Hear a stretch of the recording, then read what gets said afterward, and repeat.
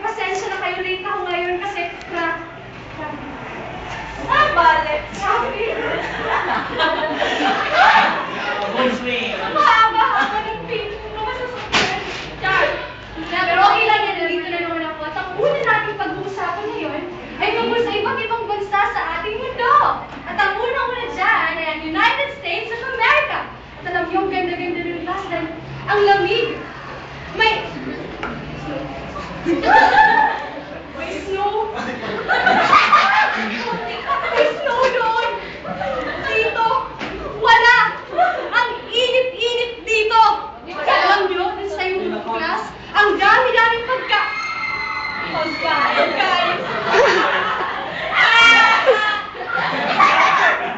Pagkain! Pero dito sa Pilipinas, halos walang makain ng mga tao. Halata siya lahat. At alam niyo, class, dun sa Germany, maraming aso doon, mga German Shepherd. Pero dito, class, yung Mga skull. mga aso, kinakain, ginagawang pulutan. At alam niyo, dun sa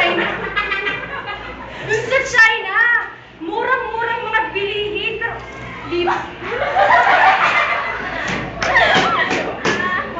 Dito sa Pilipinas, mahal ang mga bilihin.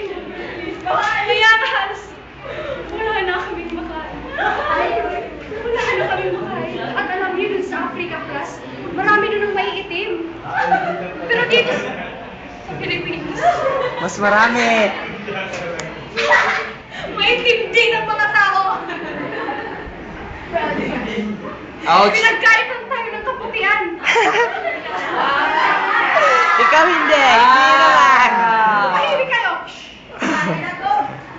Alam niyo, doon din sa Africa, maraming nag-aaway-aaway doon, mga tribal wars, Tribal.